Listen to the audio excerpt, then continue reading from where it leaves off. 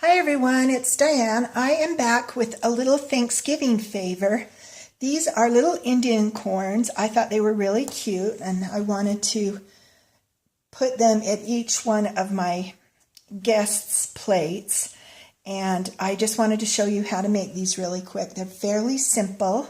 You could use these as a place card and put the name of your guest on there instead of a sentiment like I did. And they would be really cute that way. So let's jump in. I'm going to show you how to make it. The first thing you're going to need is a bag of Reese's Pieces or several bags depending on how many people you have. I bought 2 bags and it made 13 corns.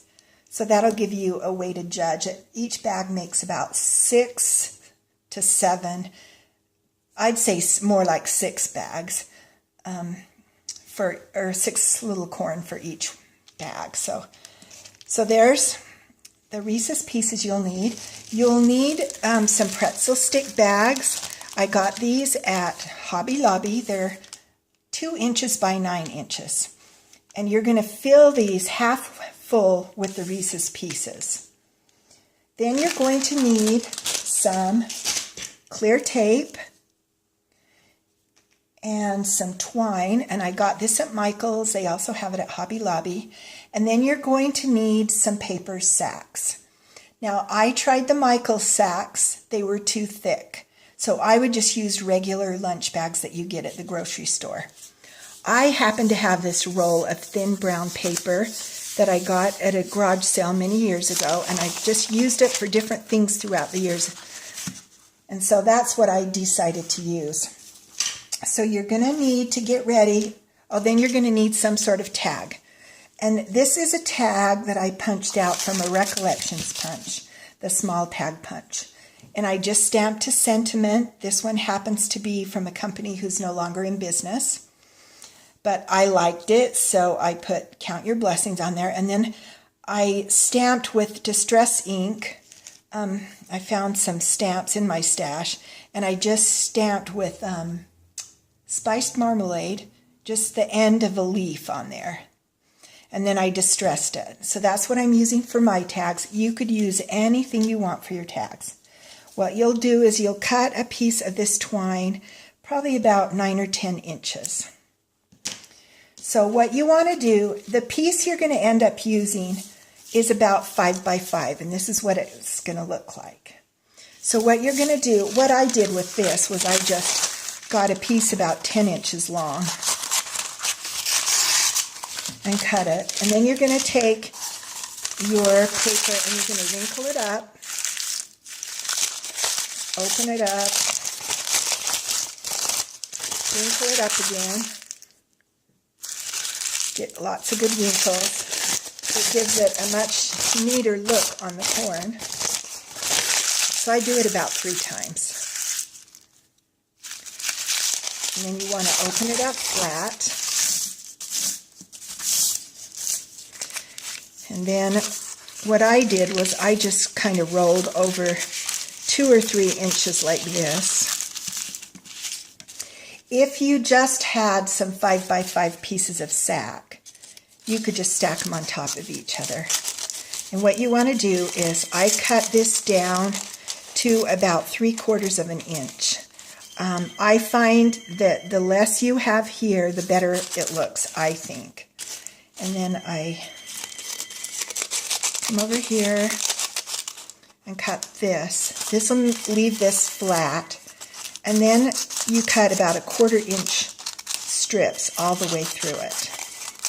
It never fails to happen that when I do a video, my phone rings. Sorry about that.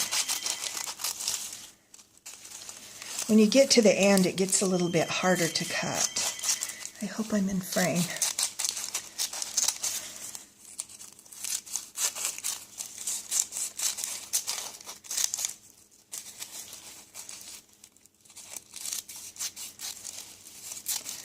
Okay, then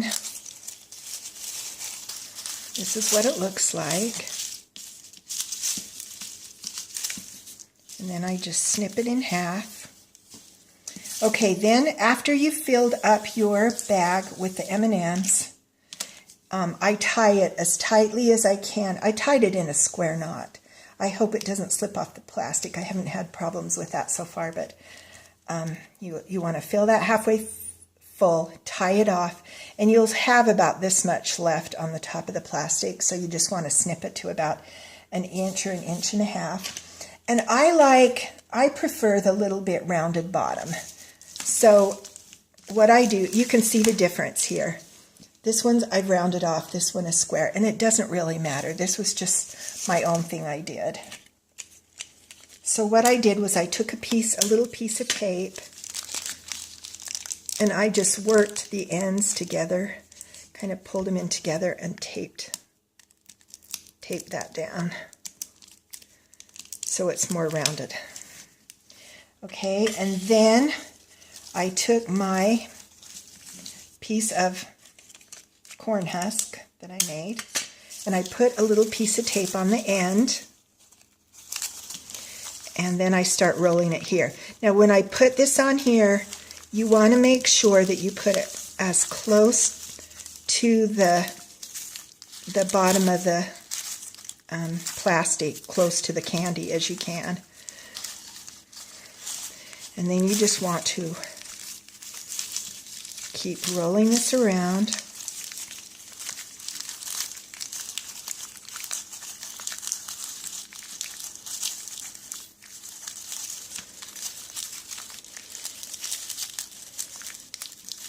And then when I get it rolled around, I kind of make sure all these strips are pulled out.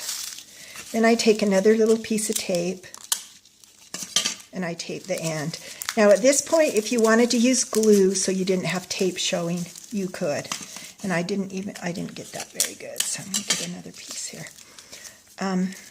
I just thought the tape was easier. The glue just didn't dry as well, as fast as I wanted, and I had to sit and hold them, and I was getting too impatient. So then when you have that taped, it looks like this. Then you want to take your piece of jute that's 9 or 10 inches tall or long, and then I just wrapped it around this bottom piece here where I taped it, and then I added my little tag.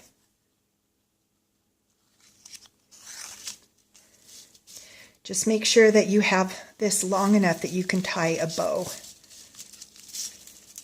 because I think the bow looks cuter than cutting it off short. And then just kind of play with it until you get the desired effect. Anyway, I thought those would be really cute at my place setting, so I hope you'll give it a try sometime. Thanks everyone for watching. I appreciate all my subscribers and the comments you guys leave, and the fact that you like my videos. And so I just wanted to tell you all thank you. I hope you all have a wonderful Thanksgiving with your families, and I will catch you in the next video. Thanks so much for watching.